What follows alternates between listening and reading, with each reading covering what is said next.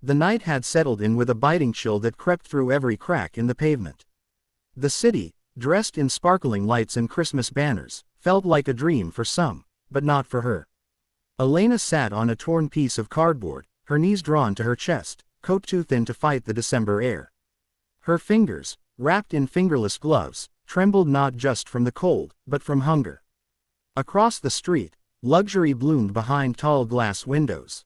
Inside Chez Marcellus, people clinked champagne glasses and laughed without worry. The smell of buttered lobster, truffle risotto, and warm bread floated through the open door each time it swung.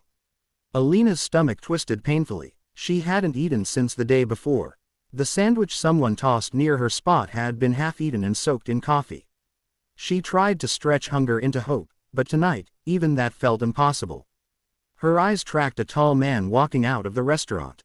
He looked expensive. His coat, his shoes, even the way he held the leftover bag, it all screamed wealth. He paused on the curb, checking his phone. Elena stood up slowly, hesitant. Her pride begged her to sit back down, but her hunger overruled it. She stepped forward, her voice barely a whisper but firm enough to reach him. "May I have your leftovers, sir?" The man turned, clearly surprised. For a moment, time stopped. The noise of the street dimmed. He looked at her. Not through her, not past her, but at her. His brows furrowed slightly, not in disgust, not even confusion. Just something thoughtful. Elena lowered her eyes. Her heart thudded against her ribs. She had asked strangers for coins, for bus fare, even for a blanket once. But this felt different, because this man felt different.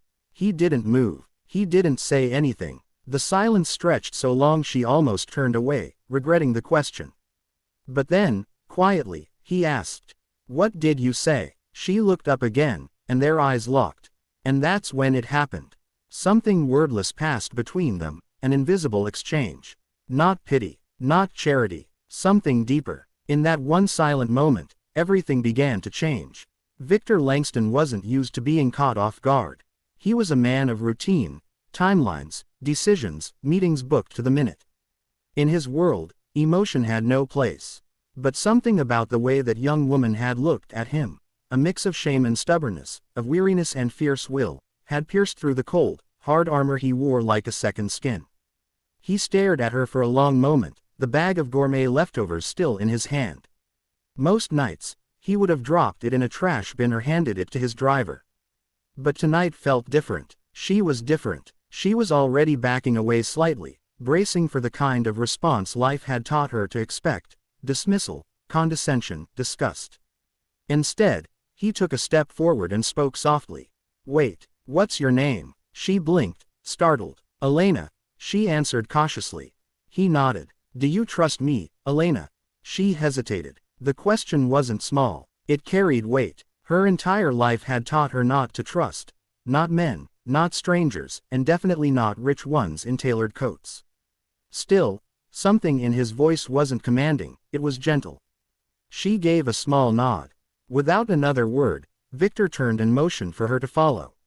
She hesitated for only a second before walking behind him, her heart pounding.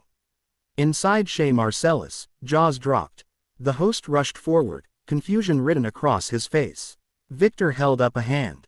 "She's with me. Table for two, now." They were seated in a quiet corner, away from the curious eyes.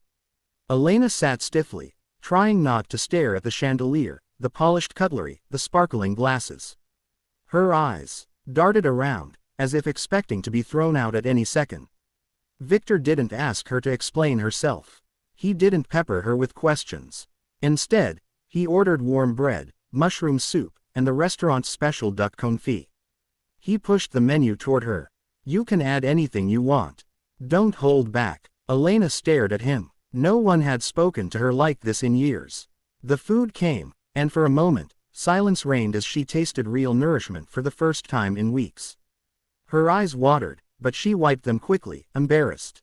"Why are you doing this?" she finally whispered. Victor leaned back, thinking. "Because I remember what it's like to be invisible.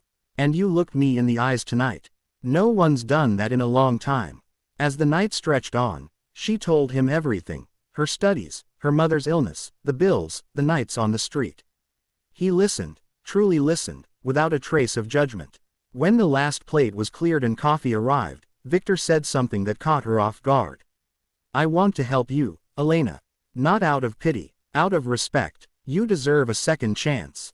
Her voice cracked. "What if I don't know what to do with it?" He smiled gently. "Then we figure it out together." And just like that, her life quietly began again. Not with a job, or a handout, but with something far rarer: belief.